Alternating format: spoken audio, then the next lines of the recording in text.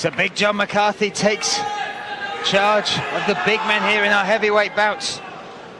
Tanner Bosser in the blue corner with the blue sprawl shorts, and Dennis Smoldaref in the red corner with the dark blue shorts.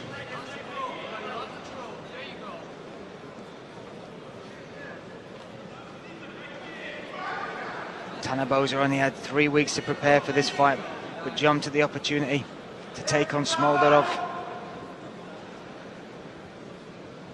He's got great Muay Thai, great kickboxing. But Smoldaref, you can just see the size of him. Very, very dangerous.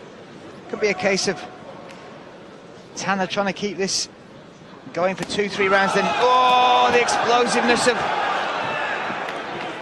Smoldaref was on display there. Tanner Bosser is as tough as they come.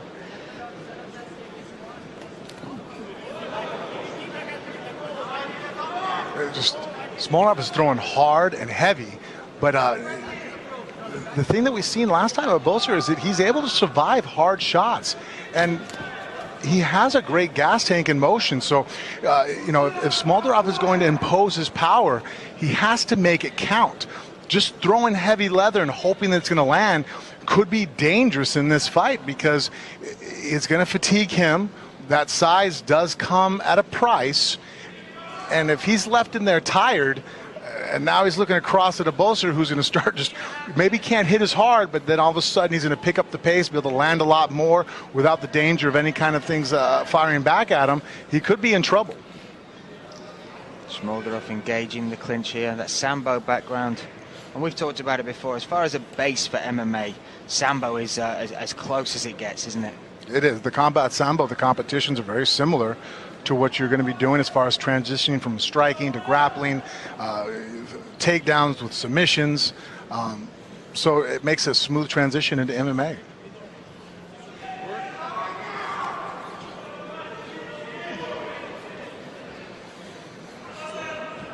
Bosser doing well to avoid heavy shots here.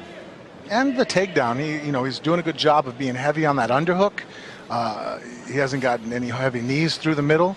I don't think he wants to be taken down and have to have, especially in the first round this early on, having Dennis on top of him is going to break his legs down, fatigue him.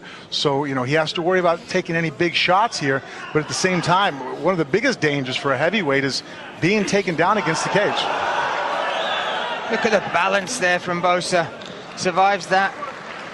He separates.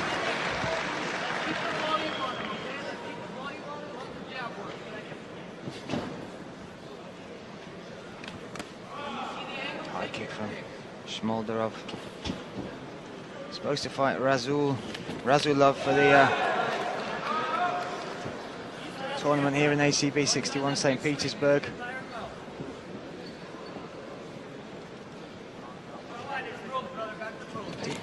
Oh, nice. Good timing on a last double right there. Last is the word. Drove through there. He basically initiated it when he saw that Bosser was coming forward, changed levels under the shot, and the punches being thrown, and took a shot right underneath and just ran him over. That's about as close as to a football tackle as you can get. And this is what Bosser did not want to occur. He's now bearing the weight. All his, being able to fight like a middleweight on his feet, the motion, the angles, all that's out the window right now. Now he's on the bottom. Now he's carrying the weight of Smoldaref, who is going to be wearing him down and looking for his opportunities to land something heavy or look for a submission. Smoldaref loves to work from guard as well, so happy to establish himself on top, sit in someone's guard, and just the power this man possesses. Will eat you up with shots if he gets the opportunity.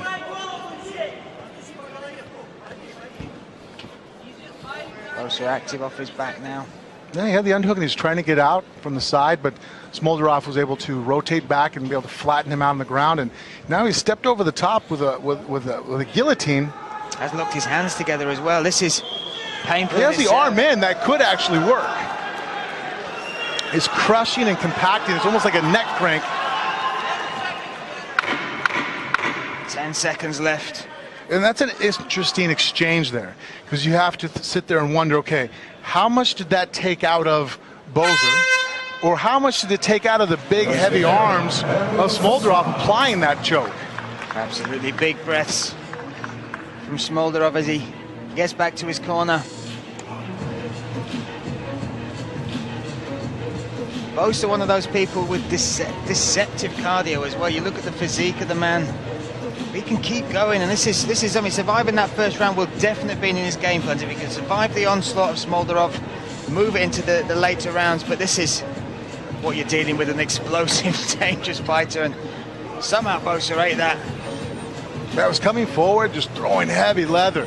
You know, no regard for defense, wasn't moving his head, but any of those shots land on the chin, and it's going to be another one of his, you know, first-round finishes. But they could have got him in trouble, and he kind of changed gears there, was a little bit patient. He pushed Bosser against the cage there, wasn't able to secure the takedown, but very good timing on that double. That was very impressive. He was able to time Bosser coming in and change levels, and was able to get the takedown, and at that point in a round that, you know, he probably was getting a nod from the judges, but then definitely was able to secure that first round as far as in the books. Round 2 kicks off. Tanner Bosser in the blue corner, Smoldaref in the red, stalking his prey. And flexible high kicks for, I mean, talk about, you know, Bosser doesn't look like a guy who would be able to condition well. Ooh, good stoppage on the shot. Good sprawl. That's interesting, but he needs to break away now.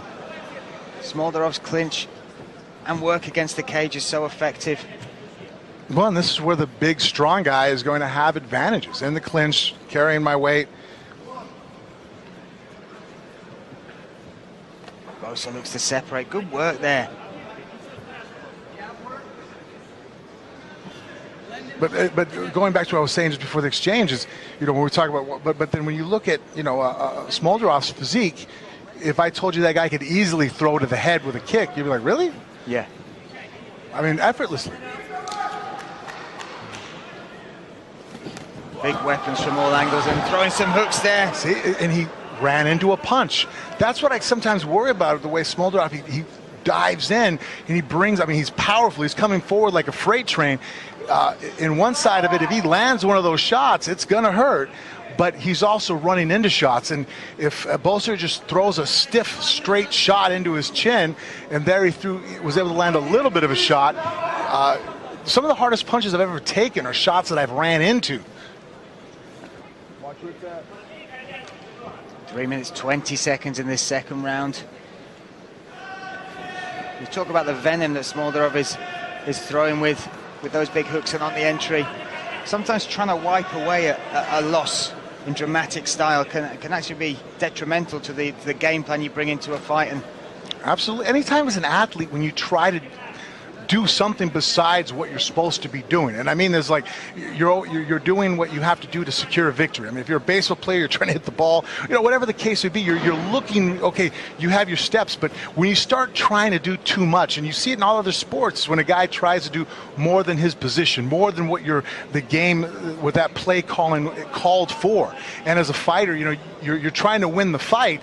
But then when you start adding extra factors into it, how you want to win the fight, where you want to win the fight, it's like, okay, well, hold on a second, you know, you're not concentrating on actually winning the fight, you know, on what your opponent in front of you is doing, what you're capable of doing, and going through your checklists here. You're now, you know, your mind is actually not focused at the task at hand. more work against the cage.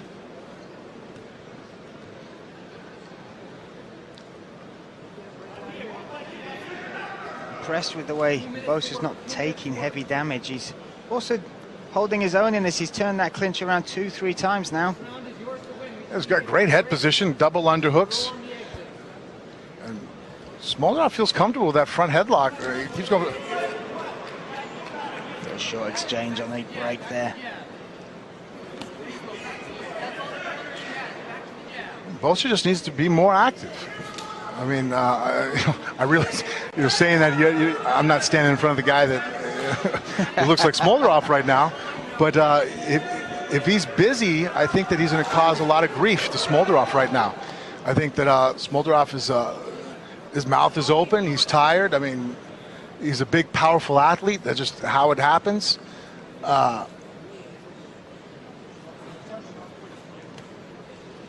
Just a minute left in this second round, a grueling battle between the two.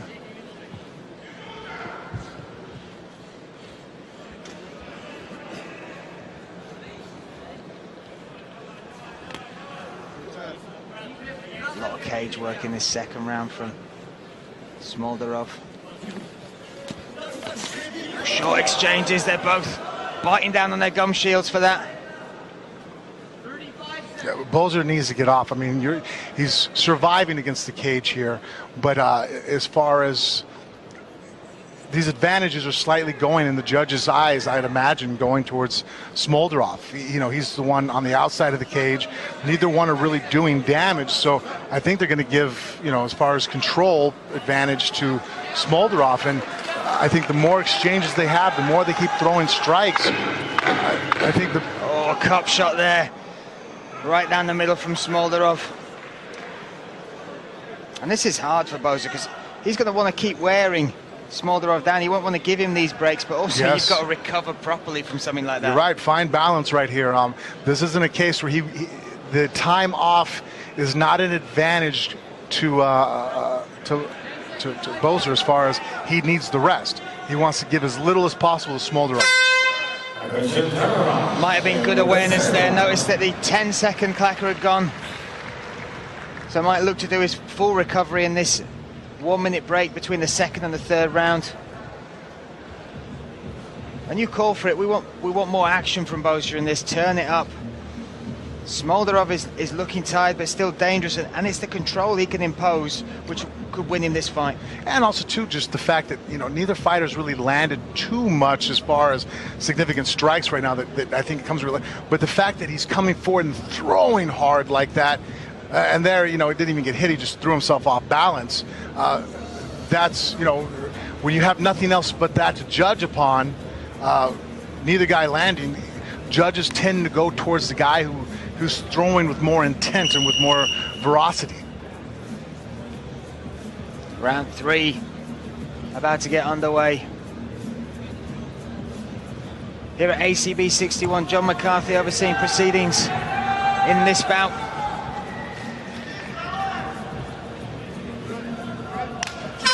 And we are off. Tanner Bosser in the blue corner.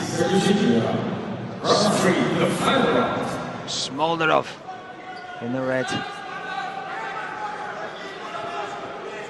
With Vakayev, the Vakayev fight, he was very effective with those leg kicks, using those to set up some attacks as well.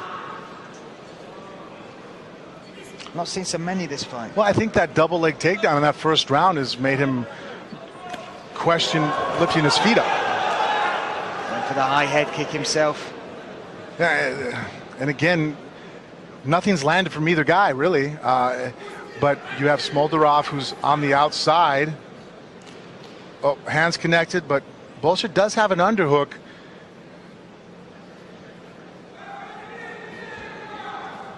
Balance on Bosser is formidable, isn't it? He does a good job of defending the single. He's able to get his knee up over there. Now he's driving through with the wizard. He's get his leg down. And then bad switch off there for Smoldaref. That's kind of a difficult gamble to take, to switch off right there as he did.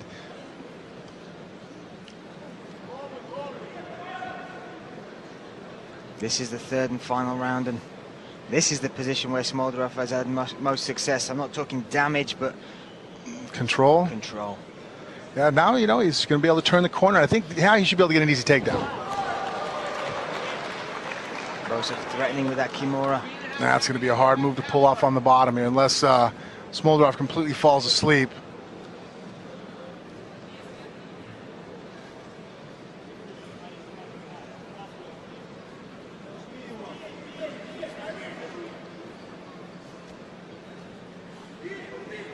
Three minutes. The thing he could do from here, instead of just trying to really pull that out, use that to get up to his knees. You know, I'll do that. I'll attack now the Kimura and then turtle down.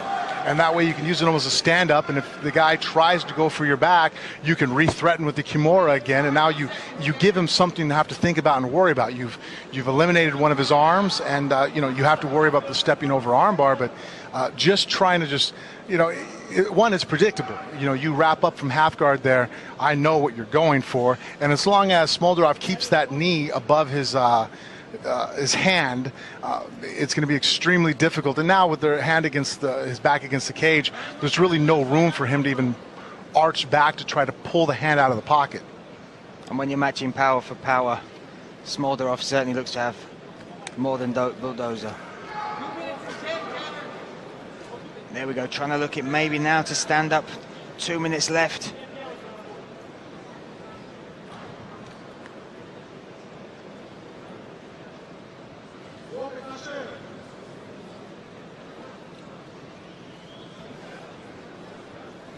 Smoldarев working for position, but not being able to get any damage off in the 3 rounds. No, I mean, and now I'm trying to think. I don't think either guy has really even connected anything. The occasional leg kick here and there, and against the cage, maybe a knee to the inside of the thigh.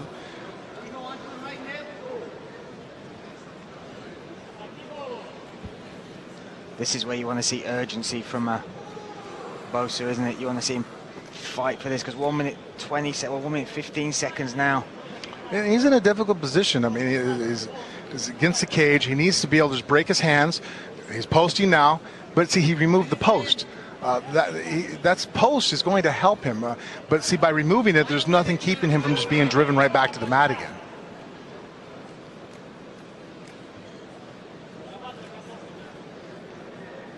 Get the underhook, get the post. Even if you know, you take a shot or two, it's one of those things that you're not going to get up perfect without taking a strike or two. I mean, very few fighters can get up without the other guy hitting them, but you have to sacrifice it. You're going to take 1 or 2 shots, but now you're up. You know, but if you sit there and try to be safe the whole time, well, you're going to be on your back or against the cage the whole time. You can see the frustration on Tanner Bosser's face there. And Smoldarев looks set to right this one out. 10 seconds left. Now looking to drop big bombs, and he's in mount, but unable to connect with anything definitively there. It was more a game of control through those 3 rounds than anyone really threatening with any finishes. Smoldarev's a powerful athlete, like we said. He hits hard. It's just that he might have to learn how to pull back some of his power and become more accurate and land shots. And Bosser, you know, he has a lot of tools. I think that if he was able to be a little bit more active, he would have been more dangerous in this fight. I think, you know, I realized that Smoldarев hits hard. He was, you know, being attentive of that fact. But by not doing anything, it didn't change the fact that he hits hard. He just didn't cause any danger back for Smoldarев. Tanner Bosser. Ladies and gentlemen, your unanimous decision.